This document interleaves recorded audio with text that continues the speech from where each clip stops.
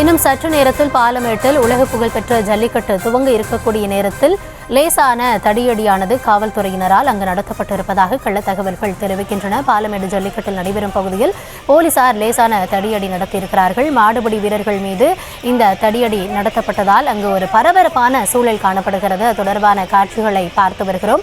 காவல்துறையினரின் தடுப்புகளை உடைத்ததால் இதுபோன்ற ஒரு தள்ளுமுள்ளு அங்கு ஏற்பட்டிருக்கிறது.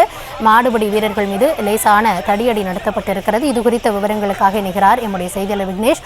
விக்னேஷ், என்ன நடந்தது, எதனால இந்த தடியடி, இது குறித்த விவரங்களை சொல்லலாம்.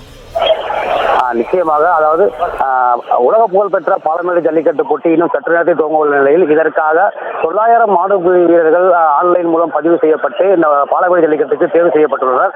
இந்த மாடுபிடி வீரர்கள் காலை அதிகாலை 4 மணி முதலே வரிசையில் அமர்ந்து வரக்கூடிய நிலையில்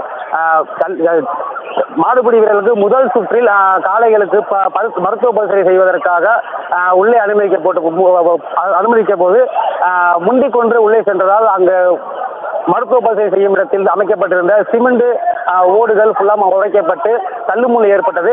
அதைத் தொடர்ந்து மீண்டும் 2வது சுற்றுக்கு தேர்வு செய்யப்பட்ட மாடுபிடி வீரர்கள் மருத்துவ பரிசோதனைக்கு உள்ளே அனுமதிக்க போது மீண்டும் அதே போல தள்ளுமுள்ளு ஏற்பட்டு வாக்குவாதமானது. இதை தொடர்ந்து கட்டுக்குள் கொண்டு வருவதற்காக காவல்துறையினர் தடியடி நடத்தி மாடுபிடி வீரர்களை அமர வைத்துள்ளனர்.